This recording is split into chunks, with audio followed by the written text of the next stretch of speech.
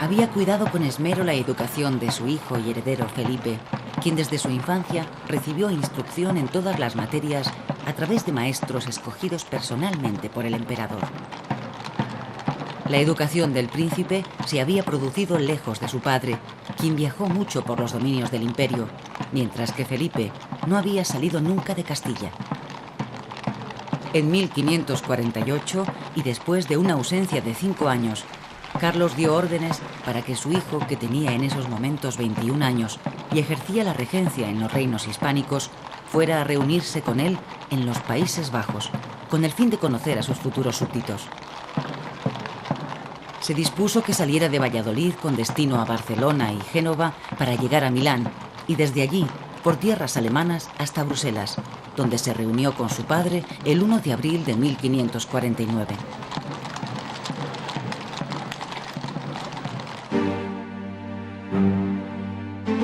En honor del príncipe Felipe se organizaron multitud de festejos como los llevados a cabo en Bruselas, pero fueron las fiestas del Palacio de Vinche, residencia habitual de su tía y regente en los Países Bajos, María de Hungría, los que dejarían una profunda huella en el joven príncipe.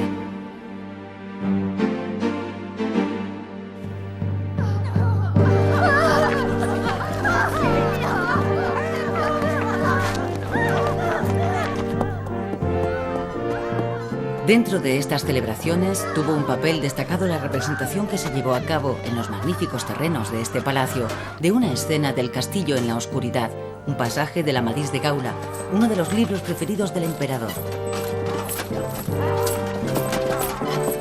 El Amadís de Gaula fue la primera novela española de caballería editada a principios del siglo XVI.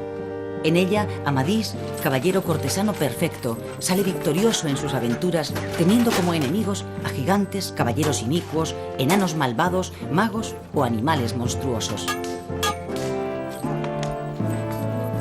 El imperio inmenso que heredó Felipe II llevará también aparejado una lucha constante contra los enemigos de su padre y con otros que surgirán durante su reinado.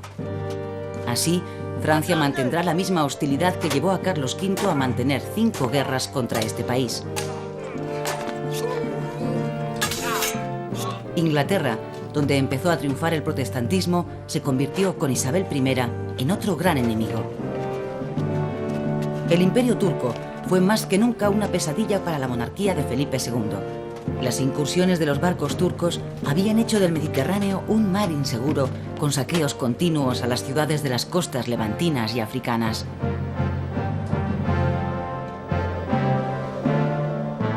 El protestantismo avanzaba de manera inexorable por Europa, se mezclaba con las reivindicaciones políticas en los Países Bajos e intentaba asimismo penetrar en suelo hispánico. Las fiestas del Palacio de Vinche duraron varios días e incluyeron bailes, torneos, asaltos a castillos y rescates de doncellas. Las jornadas de Vinche, al igual que el resto del viaje de Felipe, quedaron reflejados en un libro del cronista Calvete de la Estrella, cuyo nombre es significativo: El felicísimo viaje del príncipe don Felipe. Pero años después, las rebeliones en los Países Bajos constituirán un enorme problema para Felipe II. Su reinado disfrutó tan solo de 6 meses de paz, con varios frentes abiertos de manera simultánea.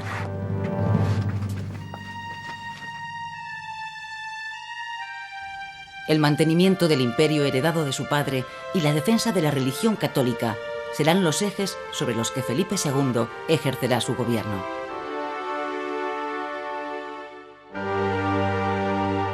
En 1556 se produjo la solemne ceremonia de abdicación de Carlos V en Bruselas y Felipe asumió todos los títulos que había tenido su padre, salvo el de emperador, que recayó en el hermano de Carlos, Fernando I.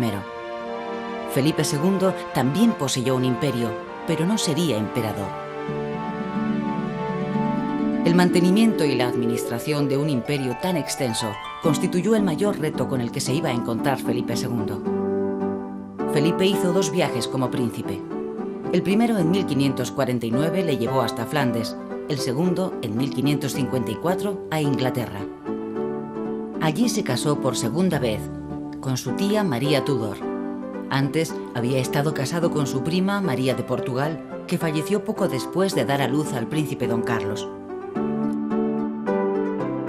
Felipe fue rey consorte de Inglaterra durante 4 años, aunque solo pasó 15 meses junto a su esposa, cuya muerte, en 1548, sin haber tenido descendencia, dio al traste con la posibilidad de una unión con Inglaterra. El monarca, que regresó a España con 32 años en 1559, ya no abandonaría más la península, aunque a partir de 1580 pasó 2 años en Lisboa, cuando las circunstancias históricas pusieron el trono portugués en sus manos.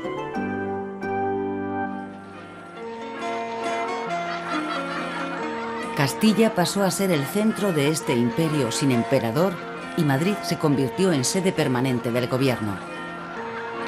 El tremendo esfuerzo que suponía la defensa del imperio fue posible gracias a la riqueza de Castilla, así como a los mecanismos de producción puestos en marcha en América que multiplicaron los envíos de plata a la península. La lengua castellana va identificándose paulatinamente con el español. Convertida en la lengua oficial de la corte, fue adoptada de forma progresiva por los demás reinos. Será también la lengua de los escritores que protagonizaron el Siglo de Oro, y los talleres de todo el imperio imprimieron la mayor parte de su producción editorial en este idioma. La articulación de la nación española se topó con la realidad de unos intereses locales y unas fronteras internas que separaban no solo la corona de Castilla de la de Aragón, sino los propios reinos de cada una de estas coronas. Desde la corona de Aragón, que había permanecido al margen de la expansión productiva de Castilla, se vio con hostilidad la progresiva castellanización de la monarquía. La ausencia del rey y las escasas convocatorias de las Cortes de Aragón contribuyeron a acrecentar este malestar. Pero mientras Aragón se quejaba del olvido de la monarquía, Castilla sufrirá en solitario las consecuencias de los esfuerzos exigidos por el imperio. A la desmonetización de este reino contribuyó una balanza mercantil desfavorable. Se exportaban materias primas como la lana por valor de un ducado y se importaban manufacturas como paños tejidos con esa misma lana a más de 20 ducados y a veces a más de 100. Felipe II se vio obligado a renegociar los créditos con nuevos títulos de deuda llamados juros. Los grandes señores se apropiaban de las riquezas que se generaban en América y que eran utilizadas por la monarquía como aval de sus créditos. Mientras tanto, Castilla se iba empobreciendo paulatinamente, pues la mayor parte de esta riqueza no se invertía en medios productivos, sino que los hombres más ricos optaron por vivir de las rentas.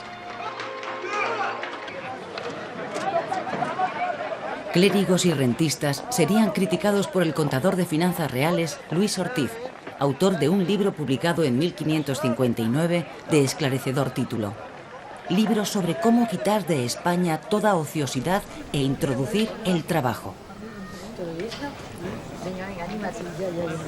Sobre el escrito de Luis Ortiz planeaba la bancarrota decretada por la monarquía el año anterior, primera de las 3 que se produjeron durante el reinado de Felipe II.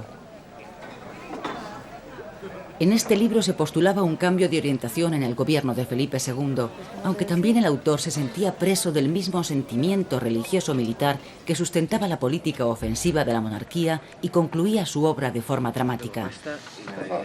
Yo lo doy todo por perdido, y no solo los reinos de Valencia, Murcia y Granada, y toda la costa española se perderá y asolará. Más aún, en las entrañas de Castilla llegarán los turcos, moros y otros enemigos, y vendrá tiempo que no haya quien remedie ni sepa darse maña ni consejo de las calamidades que se esperan, de que doy al tiempo por testigo.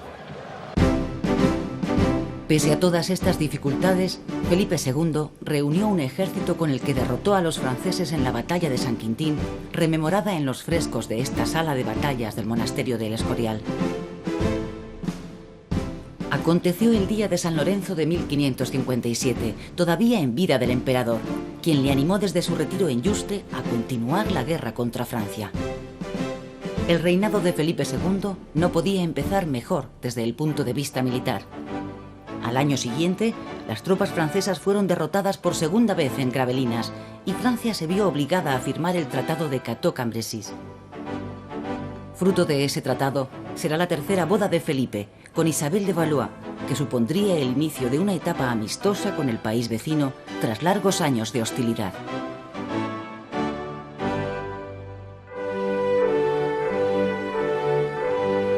Para conmemorar el éxito de la batalla de San Quintín, se construyó el monasterio de El Escorial. Se empezó a levantar en 1563, terminándose 21 años después, en 1584. Los primeros planos se deben a Juan Bautista de Toledo, y tanto este arquitecto como su sucesor, Juan de Herrera, eran arquitectos forjados en el Renacimiento italiano. Pero sería Felipe II el que en realidad impuso su sello personal en cada uno de los rincones de este edificio, mitad mausoleo, mitad palacio.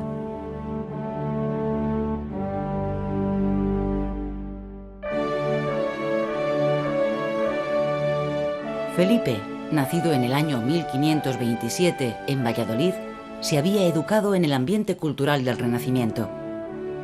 En los frescos de las paredes y el techo de la biblioteca de El Escorial están representadas todas las ciencias y artes de la época. Sus preceptores le instruyeron en la lectura de los grandes pensadores humanistas. También se le ilustró en ciencia, música, arte y arquitectura. Esta esmerada educación, seguida de cerca por el emperador, se puso en evidencia a lo largo de su vida. Felipe dio siempre muestras de sus conocimientos y de su gusto artístico que lo convirtieron en un gran mecenas.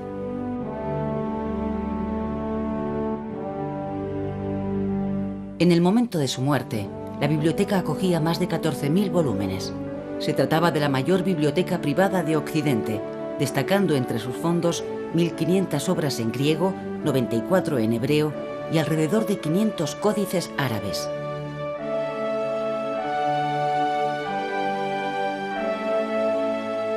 Arquitectos, pintores, escultores y artistas de toda índole pasarán por El Escorial, dejando una huella que se extenderá al resto del imperio y creando todo un mundo científico y artístico dentro de un edificio que Felipe II mandó construir para que se ajustara a sus gustos, a su educación y a su espíritu.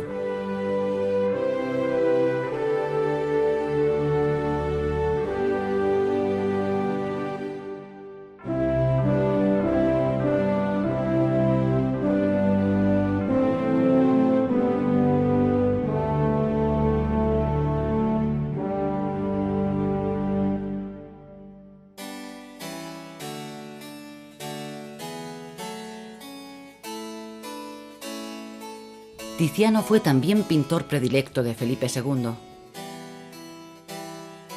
Su encuentro en Augsburgo en 1551 recordaría a Tiziano la visita que le hiciera el emperador en ese mismo lugar 2 años antes.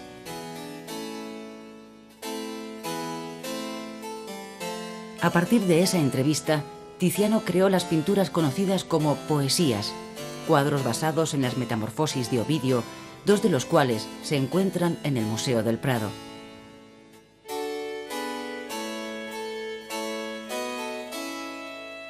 Dánae recibiendo la lluvia de oro, en la que la tradicional figura de Cupido en este relato mitológico ha sido sustituida por una vieja celadora que sirve de contrapunto a la sensual figura de Dánae.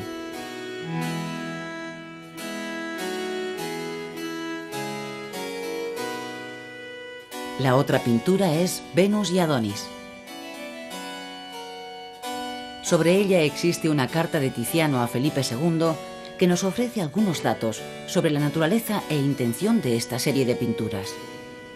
Porque la Dánae que ya mandé a vuestra majestad se veía toda por la parte de delante, he querido en esta otra poesía variar y hacerle mostrar la contraria parte para que resulte el camerino, donde había de estar, más agradable a la vista.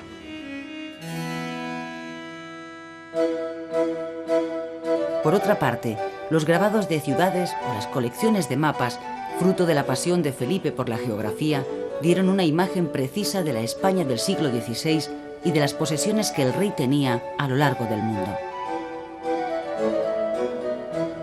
Pocos reyes de su época tuvieron un conocimiento tan preciso de la geografía y de la historia de la corona de Castilla como lo tuvo Felipe II a través de la extraordinaria obra promovida por él entre 1575 y 1581, conocida como las Relaciones Topográficas, que proporcionaron una información detallada de la población, economía e historia de unas 600 poblaciones.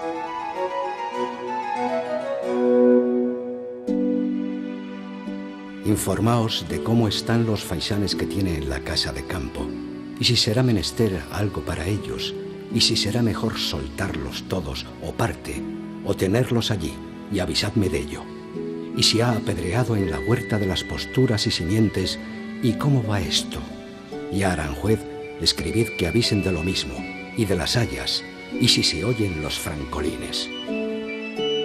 Notas así, habituales en las cartas de Felipe II a sus secretarios y sirvientes, revelan una de las aficiones más arraigadas de este monarca, su amor a la naturaleza. En el Escorial ordenó que los jardines se construyeran al mismo tiempo que el monasterio, buscando la forma de que hubiese flores en todas las épocas del año. Tanto en Aranjuez como en la casa de campo había pequeños zoos con camellos, elefantes, rinocerontes y leones. Para Felipe II había algo que estaba por encima de todo: la religión. San Ignacio de Loyola, fundador de los jesuitas, que conoció en 1549 al entonces príncipe, comentaba el hálito de bondad y santidad que desprendía su persona. El monarca tenía una conciencia providencialista de España y del catolicismo como elemento de cohesión de sus territorios que le llevaría a embarcarse en empresas imposibles. Creía que la monarquía hispánica tenía la misión de salvar a la humanidad de cualquier herejía o disidencia. Por ello excluía cualquier concesión a los herejes o rebeldes, algo que se pondría de manifiesto en el conflicto de los Países Bajos.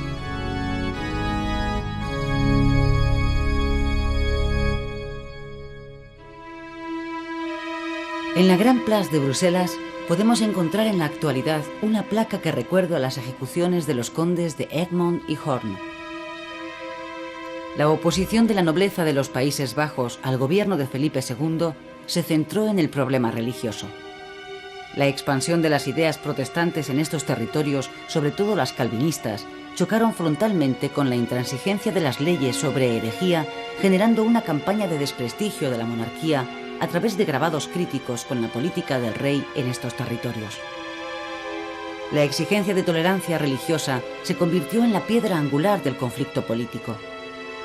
La llegada en 1567 del duque de Alba, tan buen general como mal gobernante, con un gran ejército, acrecentó el abismo interpuesto entre dos concepciones diferentes de la vida y del gobierno y quedó reflejada en grabados que mostraban la crueldad de los soldados de la monarquía de Felipe II. El Tribunal de los Tumultos, conocido como Tribunal de la Sangre, ejecutó sumariamente a 247 personas en los 3 primeros meses de 1568, lo que no hizo sino agravar el conflicto. Una larga etapa de rebeliones, junto a los atrasos en la paga a los soldados de los tercios, propiciaron el saqueo de la ciudad de Amberes en 1576. Todos estos acontecimientos minaron la autoridad del monarca en los Países Bajos y exacerbaron los ánimos de los rebeldes flamencos. Si Felipe no estaba dispuesto a hacer concesiones religiosas en Flandes, menos aún las haría en España. Los autos de fe de Valladolid y Sevilla, donde se descubrieron 2 focos luteranos, supusieron la ejecución de 62 protestantes. La Inquisición tuvo un papel decisivo en la uniformidad religiosa e ideológica, siendo un instrumento muy eficaz de control social. La represión de la Inquisición fue tan intensa que no escapó a ella ni el arzobispo de Toledo y primado de España, Bartolomé de Carranza. Acusado de defender proposiciones heréticas en un catecismo que había editado en castellano, fue encausado en un proceso que se prolongó durante 17 años. Gracias a la intervención del Papa, pudo trasladarse a Roma, donde moriría. Felipe II se mostró inflexible, negándose a interceder por Carranza, pese a que en su inculpación tuvo mucho que ver la enemistad que le profesaba Valdés Salas, el inquisidor general. Otro personaje relevante, Teresa de Cepeda y Ahumada, más tarde Santa Teresa de Jesús, sufrió también un amago de proceso de la Inquisición aunque en este caso encontraría el amparo del rey. Nos llamamos carmelitas porque el profeta Elías... Santa Teresa nació en Ávila en el seno de una familia de conversos de noble estirpe castellana. Profesó en la orden carmelita y tras una etapa ascética que la mantuvo en una lucha espiritual agotadora, comenzaron sus experiencias místicas. En el año 1566 escribió Camino de Perfección, una obra de carácter ascético, guía espiritual dedicada a las monjas y programa de acción contra la Reforma protestante. Esta obra forma parte de una trilogía sobre la vida mística, junto al Libro de la Vida y las Moradas. ¿También siguieron viviendo solos? Se juntaban, pero para poder vivir solos, sin molestarse. Como consultores del Santo Oficio de la Inquisición. La revisión de los teólogos censores sobre la obra fue rigurosa y el manuscrito volvió a su autora salpicado de advertencias y tachones. A su manera de interpretar la religión. No mueva esa. Teresa de Jesús volvió a escribir de nuevo toda la obra, ajustándose a las indicaciones de los censores y autocensurándose. Una alegoría sobre el juego del ajedrez con la que Santa Teresa explica la diversidad de la oración a través de una imagen sencilla y fácil de asimilar por todo el mundo, fue eliminada por la autora ante el temor de transgredir las normas de conducta de una comunidad religiosa que había declarado inmoral este juego. He querido reunir a toda la comunidad. El nuevo texto nos permite contar con dos manuscritos. La primera redacción, antes de someterse a la censura, fue utilizada en la edición preparada por Fray Luis de León y Felipe II la incorporó enseguida a su biblioteca. Esta edición contiene muchos de los párrafos suprimidos como consecuencia de la presión inquisitorial, como el referido al ajedrez. Hemos examinado atentamente el dictamen que vuestra reverencia... La sensibilidad religiosa de Felipe debió encontrar en Santa Teresa un buen referente espiritual. Sus obras se convirtieron en libros de cabecera para el rey, que la protegió contra las acusaciones de heterodoxia, asegurándose además de que todos sus libros y documentos entraran a formar parte de su biblioteca en el Escorial. Con gobierno independiente de la de los frailes calzados. Parecía mantenerse una cierta ambigüedad entre las inquietudes culturales del primer Felipe como príncipe renacentista y el Felipe Rey, que se convierte en el principal defensor de la contrarreforma iniciada en el Concilio de Trento, inflexible ante la disidencia protestante. Las imprentas de Plantin Moretus en Amberes, convertidas ahora en museo, contaron con el mecenazgo del rey y disfrutaban de una gran libertad editorial para la época. Benito Arias Montano, bibliotecario del Escorial, publicó allí la Biblia Políglota, un testimonio de humanismo promocionado por el propio rey. Sería dentro del suelo hispánico donde Felipe II mostró su cara más conservadora. Una regulación editorial estableció la censura previa de todas las obras, creándose las primeras listas de libros prohibidos en el Índice Inquisitorial de 1559. Se obligó a regresar a la península a todos los universitarios que estudiaban en el extranjero, mientras que profesores como Martínez Cantalapiedra o Fray Luis de León fueron procesados por la Inquisición. Sin embargo, en este mismo periodo, la literatura española alcanzó un nivel espléndido. La novela caballeresca continuó la pauta establecida en el Amadís de Gaula. La novela picaresca tendrá una gran aceptación pese a no ser del agrado del poder, y la literatura espiritual dará personajes de la talla de Santa Teresa de Jesús o San Juan de la Cruz.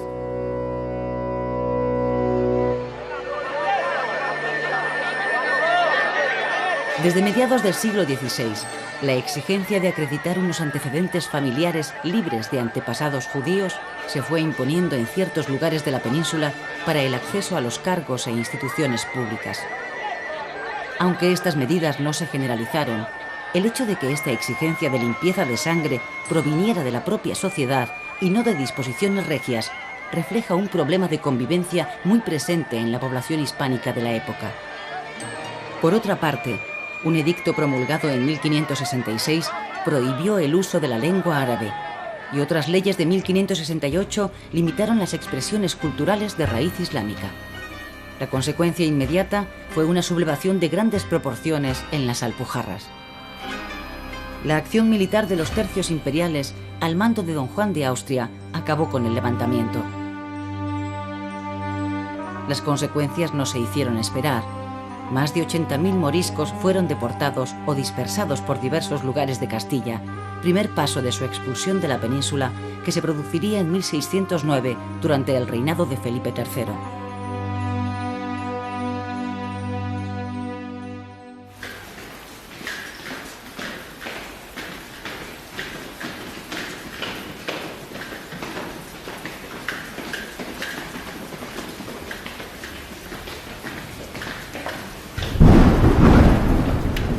...1568 fue un año horrible para Felipe II, pues en este corto periodo de tiempo, conflictos políticos como el recrudecimiento de las rebeliones en los Países Bajos y la sublevación de los moriscos granadinos se unieron a problemas personales.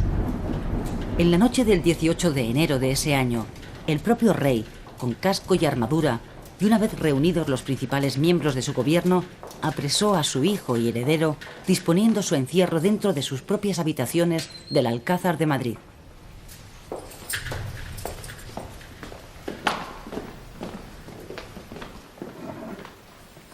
¿Qué es esto? ¿Qué hacéis? Sujetadle. El príncipe Carlos era hijo de la primera esposa de Felipe, María Manuela de Portugal, y había sido jurado heredero en 1560. Sin embargo, el rey nunca confió en él.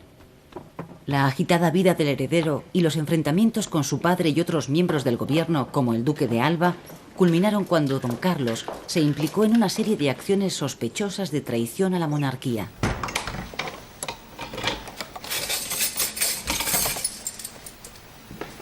Posibles contactos del príncipe heredero con rebeldes flamencos y el aviso de don Juan de Austria de que don Carlos podía huir a estos territorios decidieron al rey a tomar esta decisión. Don Carlos murió en su encierro ese mismo año. El asunto don Carlos se convirtió en una de las páginas más oscuras del reinado de Felipe II, ahondando en su leyenda negra. A la muerte del príncipe heredero seguirá poco después la de Isabel de Valois, tercera mujer de Felipe II, lo que hizo de ese año de 1568 uno de los peores de su vida. Pero después de ese año aciago llegaron importantes éxitos. El triunfo en la batalla de Lepanto, simbolizado en esta reproducción del navío de don Juan de Austria en la batalla, fue el primero y más importante de ellos. Los turcos constituían un gran problema en el Mediterráneo, no solo por la amenaza sobre la civilización cristiana, sino por sus conexiones con la piratería y con los moriscos del interior de la península. Génova, los estados pontificios, Venecia y algunos príncipes italianos se unieron a la monarquía de Felipe II en lo que se conoció como la Santa Liga. El mando supremo de la flota cristiana lo ejerció don Juan de Austria. 300 naves y cerca de 90.000 hombres componían la armada de la Santa Liga, correspondiendo la mitad al imperio de Felipe II. Más numerosas eran las fuerzas de Solimán el Magnífico, mandadas por Alí Bajá. El 7 de octubre de 1571, las dos armadas, en formación de media luna, se encontraron frente a frente en el Golfo de Lepanto. La más alta ocasión que vieron los siglos, como dijera Cervantes, combatiente en la batalla y en la que perdió su mano izquierda. El enfrentamiento terminó al atardecer con el triunfo absoluto de la armada cristiana. El Imperio Otomano quedó maltrecho y nunca más volvió a constituir una amenaza para Occidente.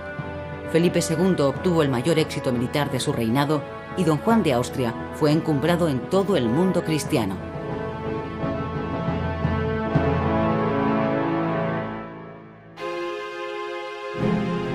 Este postrer hijo de Carlos V había heredado el espíritu guerrero de su padre, alguna de cuyas hazañas en el campo de batalla le llegarían de los propios labios del emperador durante los encuentros que mantuvieron en el monasterio de Yuste, cuando don Juan era apenas un muchacho.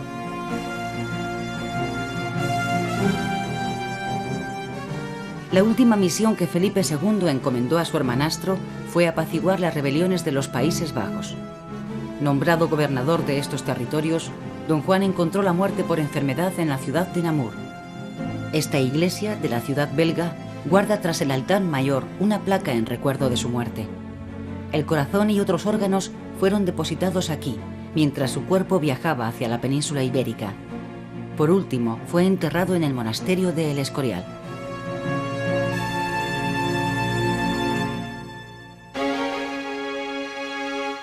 El otro gran acontecimiento del reinado de Felipe II fue la sucesión en el trono de Portugal.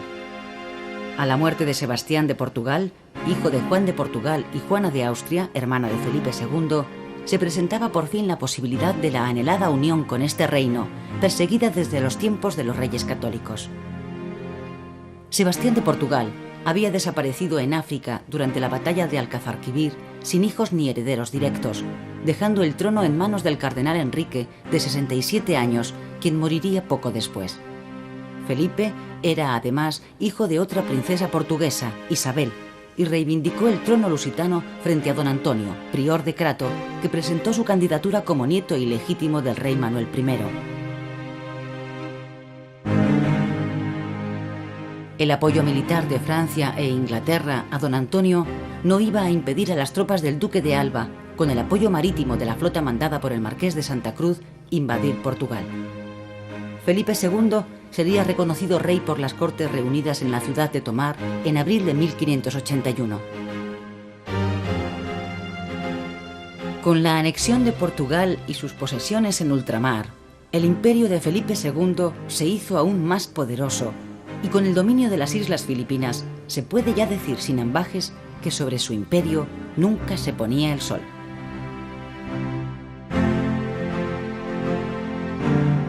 Pero este enorme imperio suscitará enseguida la animadversión de los países europeos, sobre todo de Francia e Inglaterra, que a partir de ese momento concentrarán toda su energía en menoscabar el poderío de la monarquía de Felipe II.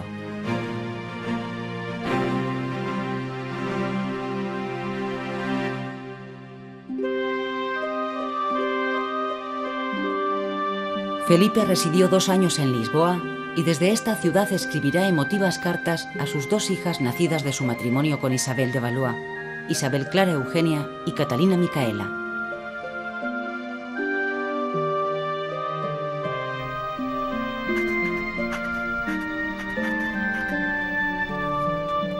El amor a su familia fue uno de los rasgos característicos del rey, sobre todo a partir de la madurez. Felipe II tuvo 11 hijos en total, aunque solo 4 llegaron a la adolescencia. Dentro de este ámbito familiar, la relación de Felipe con Isabel y Catalina fue especialmente entrañable, sobre todo con la mayor, Isabel Clara Eugenia, quien vivió en El Escorial, ocupando las habitaciones reservadas a la reina al otro lado de la basílica, frente a las del rey.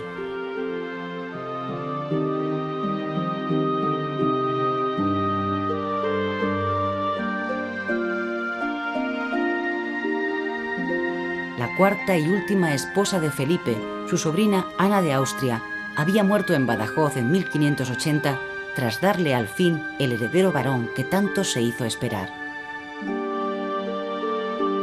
Al igual que su padre, el emperador, Felipe II distinguió a sus allegados encomendándoles tareas de gobierno, en especial a sus hermanas, Juana y María, que vivieron sus últimos años en el convento de las Descalzas Reales de Madrid. Ambas fueron brillantes gobernantes.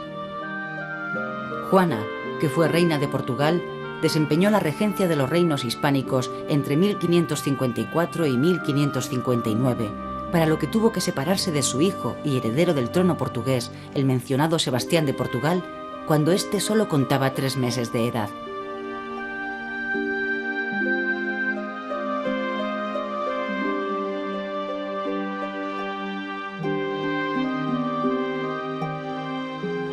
María se casó con el emperador Maximiliano II y cuando regresó de Alemania, después de enviudar, tras una ausencia de 30 años, Felipe se emocionó mucho. Pero María entró enseguida en el convento de las Descalzas y allí vivió hasta su muerte.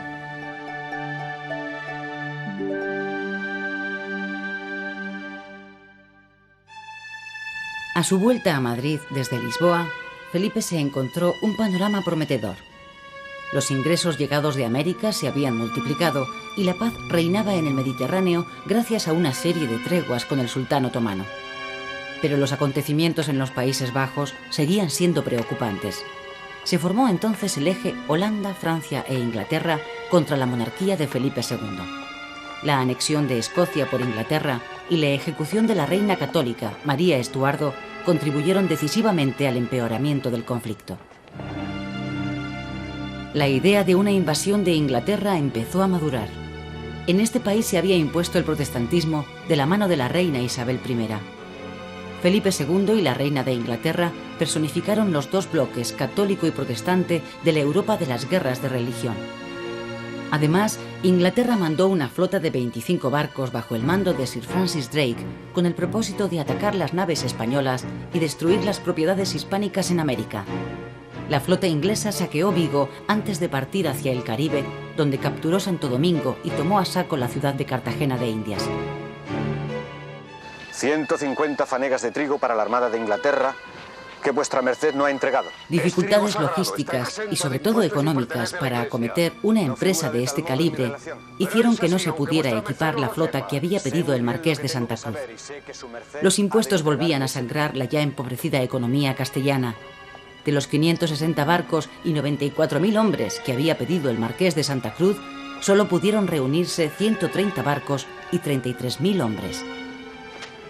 El éxito de la operación militar dependía de la posibilidad de que los 17.000 soldados veteranos que se encontraban en los Países Bajos se unieran a la invasión. Don Álvaro de Bazán, marqués de Santa Cruz, encargado inicialmente de la expedición, murió en Lisboa mientras ultimaba la preparación de la flota y el mando supremo pasó al duque de Medina Sidonia, que zarpó hacia las costas inglesas. El intento de desembarco en Inglaterra se convirtió en el mayor fracaso del reinado de Felipe II. El factor sorpresa nunca existió. La mayor maniobrabilidad de los barcos y cañones ingleses causaron graves daños a la flota española, impidiendo su desembarco. Además, la falta de comunicación entre la Armada y las tropas de Flandes, así como la intervención de los holandeses, imposibilitó la llegada de refuerzos. La Armada, muy dañada, decidió regresar por el Mar del Norte rodeando Escocia e Irlanda. El final es bien conocido. Durante el trayecto, las tempestades terminarían por diezmar al resto de la flota.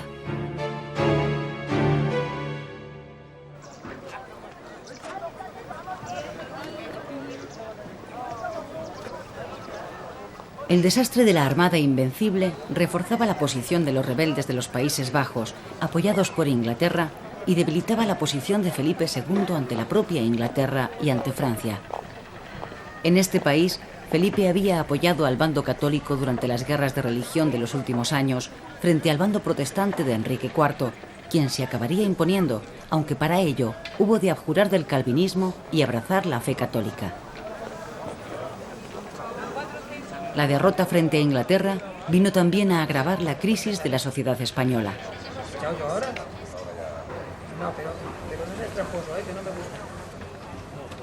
La nobleza y el clero fueron los estamentos privilegiados que gozaron de grandes exenciones fiscales. Pero América proporcionó grandes fortunas a una burguesía emergente que empezó a escalar posiciones sociales. Los grandes burgueses se inclinarán por el rentismo, al mismo tiempo que se impone un sistema de valores parasitarios con ansias de grandeza y lujo y que despreciaba el trabajo manual. Hacia finales del siglo XVI se consideraba que había un solo campesino trabajando por cada 30 ciudadanos no productores.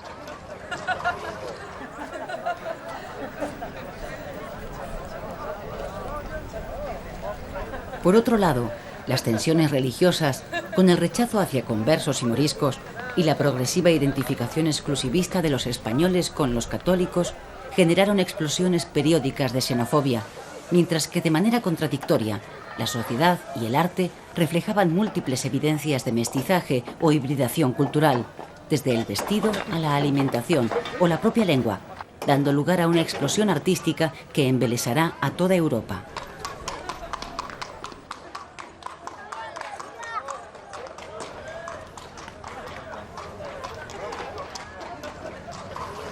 La conciencia de pertenecer a un gran imperio creó en la población un falso sentido de la realidad, produciendo espejismos, engaños o fantasías que la literatura del siglo de oro explotaría de forma magistral.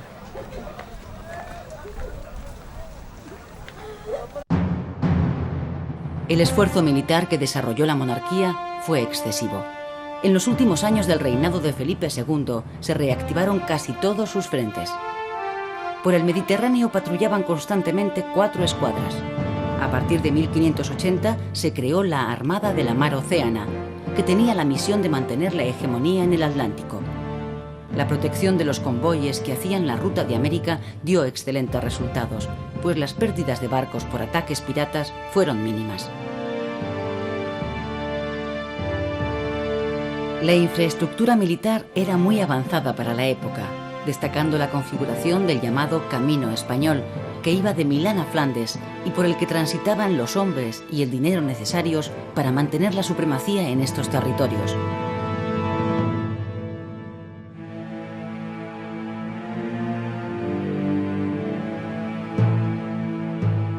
Durante el reinado de Felipe II, la leyenda negra antiespañola, que se había iniciado a finales del siglo XV, se articuló sobre todo en torno a la Inquisición, a la política exterior y al trato dado a los indígenas de América, así como a la propia persona del rey. Otra característica de esta leyenda negra, en comparación con otras similares, fue la participación en ella de personas de la propia monarquía hispánica, como Bartolomé de las Casas o Antonio Pérez. El caso del secretario de Estado de Felipe II, Antonio Pérez, resultó sorprendente y enigmático. El asesinato en Madrid de Juan de Escobedo, secretario de don Juan de Austria, instigado por Antonio Pérez y con la probable aceptación del monarca, marcará los últimos años del reinado de Felipe II. Juan de Escobedo había sido nombrado secretario de don Juan a instancias de Pérez, con la intención de controlar las supuestas ambiciones del hermano del rey.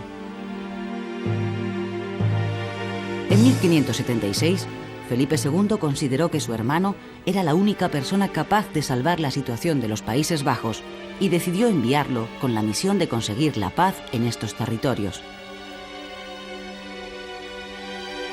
Don Juan fue reconocido como gobernador general por todas las provincias de los Países Bajos, haciendo una entrada triunfal en Bruselas.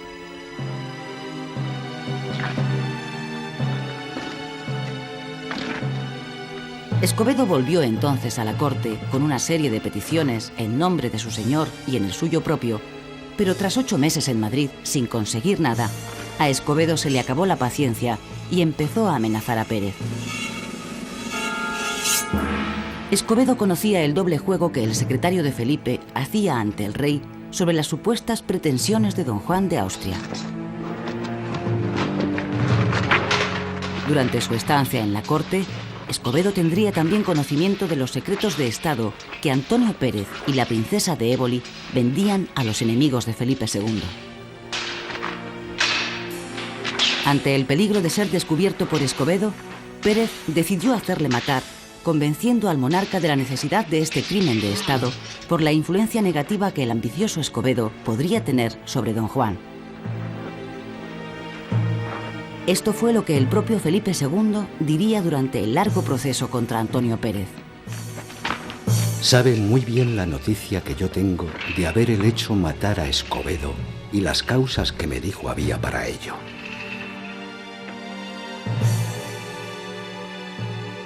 Antonio Pérez fue inculpado finalmente en este asesinato y encarcelado, pero en un lance digno de la mejor novela negra consiguió huir y refugiarse en Aragón, acogiéndose a sus fueros.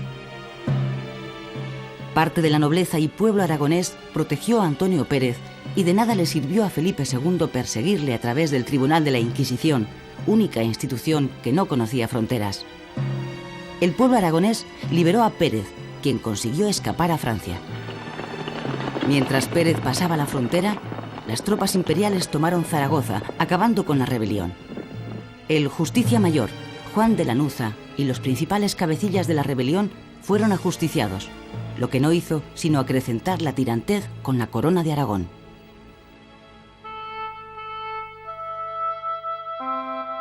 A diferencia de su padre, Felipe II permanecía habitualmente encerrado en alguno de sus palacios de los alrededores de Madrid, despachando asuntos de Estado. El Archivo General de Simancas guarda en la actualidad gran cantidad de documentos con anotaciones autógrafas de Felipe en los márgenes. Fue uno de los monarcas más trabajadores de la historia. En una ocasión, estudió y firmó 400 documentos en un solo día. El trabajo de despacho del rey resultaba agotador. Hasta ahora no he podido desenvolverme de estos diablos de papeles, y aún me quedan algunos para la noche, y aún llevo otros para leer en el campo, a donde daremos una vuelta agora. El rey eligió gobernar su imperio y sus ejércitos desde Castilla, exigiendo que todos los asuntos se le remitiesen para examinarlos personalmente. Este grado de centralización creó serios problemas administrativos, tanto por el volumen de los casos a tratar como por las enormes distancias que separaban Madrid de las provincias periféricas del imperio. Una carta enviada desde Filipinas a Madrid tardaba casi un año en llegar, y una desde Nápoles cerca de un mes.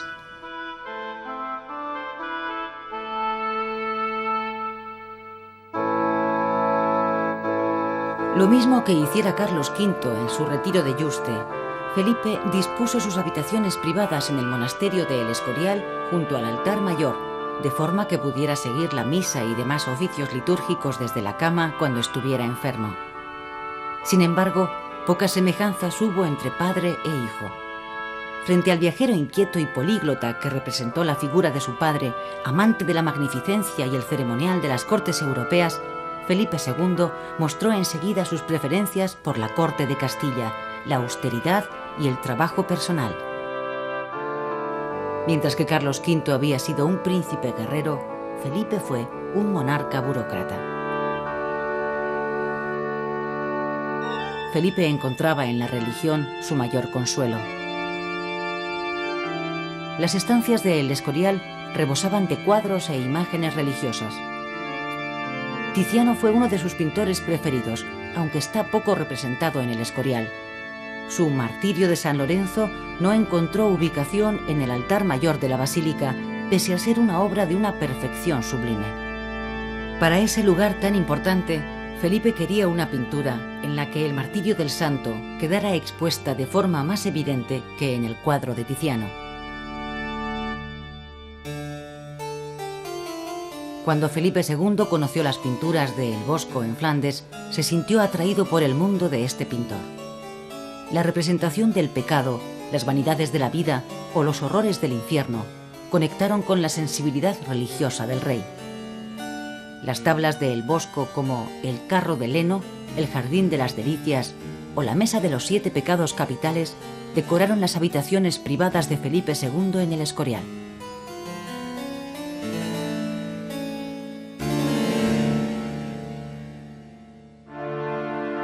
Por el contrario, la pintura de El Greco no resultó del agrado del rey. Incluso llegó a rechazar un cuadro que le encargó sobre el martirio de San Mauricio y la legión tebana. El Greco tardó 2 años en terminar esta obra, destinada a la primera capilla de la iglesia del monasterio. Tal vez El Greco hizo un cuadro para ver y meditar, una pintura exquisita, pero Felipe quería una obra clara y accesible, capaz de llegar con inmediatez al corazón de todos.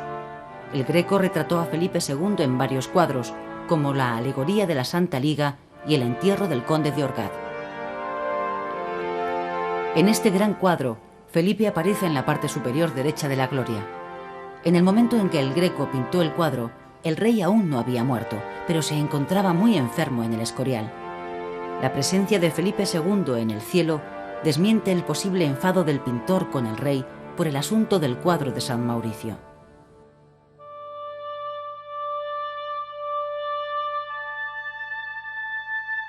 Felipe pasó los últimos años de su vida encerrado en el monasterio del Escorial. El final de su reinado supuso la constatación de que la empresa que se había propuesto era imposible.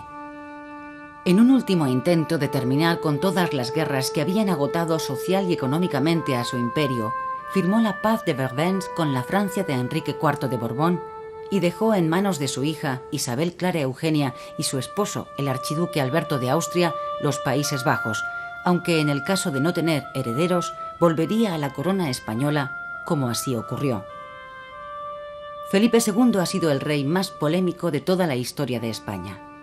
En su tiempo, la opinión pública fuera de la península e incluso dentro de ella le fue desfavorable. Se le reprochaba su integrismo ideológico, así como su rigidez y su afición a la burocracia. En la actualidad, los historiadores son mucho más benévolos con él. su forma de pensar y actuar queda explicada en el contexto histórico que le tocó vivir con la contrarreforma iniciada a partir del Concilio de Trento como eje del catolicismo. El drama de la muerte de su hijo don Carlos ha permitido evocar el desgarro que supone para un padre la contradicción entre su amor paternal y el servicio a la razón de Estado. Su endurecimiento final no fue sino el inevitable desenlace de un imperio en el que no se ponía el sol, pero que estaba lleno de sombras. Felipe II quiso ser consciente en todo momento de su muerte para afrontarla como tenía meditado. Pidió el crucifijo con el que habían muerto sus padres y mientras sonaban las oraciones de los presentes, expiró. Eran las 5 de la madrugada del día 13 de septiembre de 1598 y el coro de niños del monasterio cantaba la misa de alba. Como dice uno de sus biógrafos, después de su muerte, Felipe II traspasó el ámbito de la historia para situarse en el del mito y la leyenda.